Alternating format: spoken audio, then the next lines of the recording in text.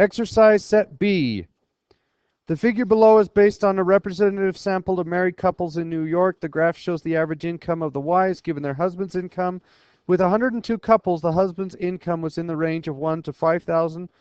For those couples, the wife's range averaged 15,390 as indicated by the point 2,500, 15,390. So that is that our point of averages? Yes.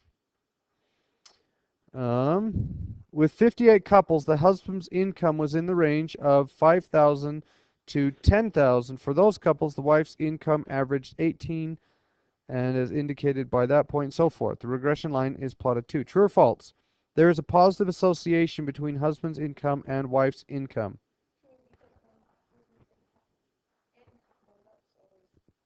It's a positive slope. Okay. Why is the dot at 1 to 127,000 so far below the regression line?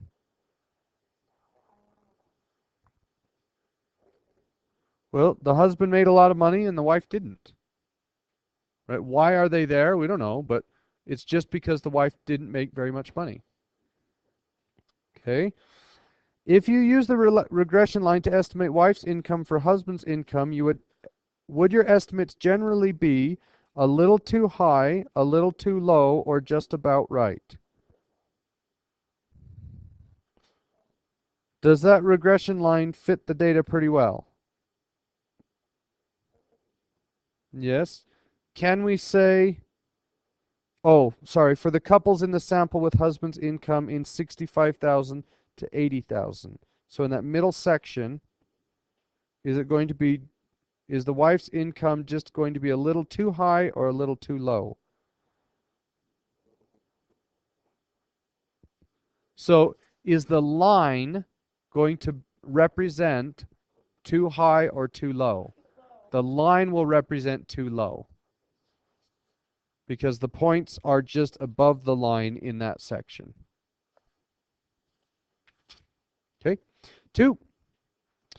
Trace the diagram on a piece of paper and make a cross at the average for each x.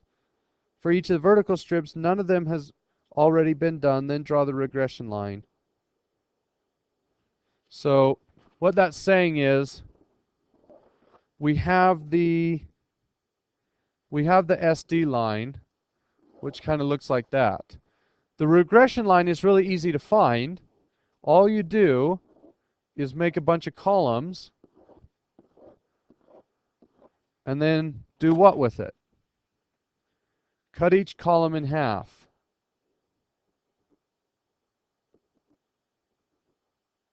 Okay, and you put X's in that space.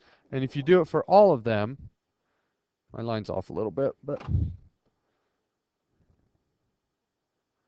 if you do that for all of them, then you should hit the halfway point of every column. Okay, that's what the regression line does. 3, below are 4 scatter diagrams, each with a solid and a dashed line. For each diagram, say which is the SD and which is the regression. So let me put this up here.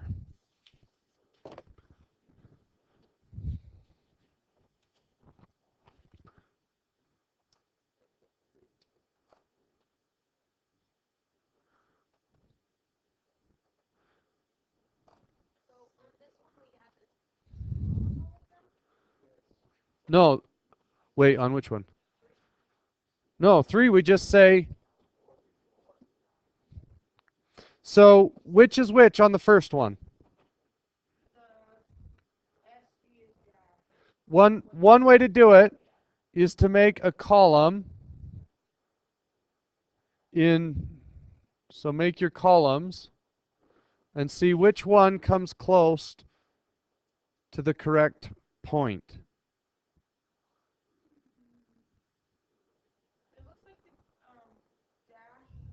Which one hits the middle of those boxes?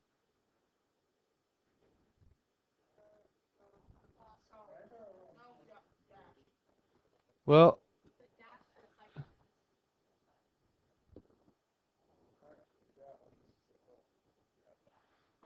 okay, let me do a better job drawing these. So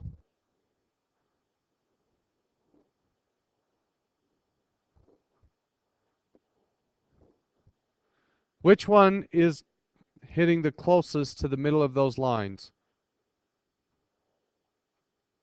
The dotted one would be the regression. Okay. Boy, that next one is really hard. Nope. The next one, if you look at the edge, which one is it going to be? The dashed line would be the regression line. And that's the easiest place to see it, is clear out on the edges. So here, the solid line is the SD line. Or sorry, the regression line. Okay. And then here, the dashed one is the regression line. So if you just draw a column on one end or the other, it's pretty easy to figure out which is which.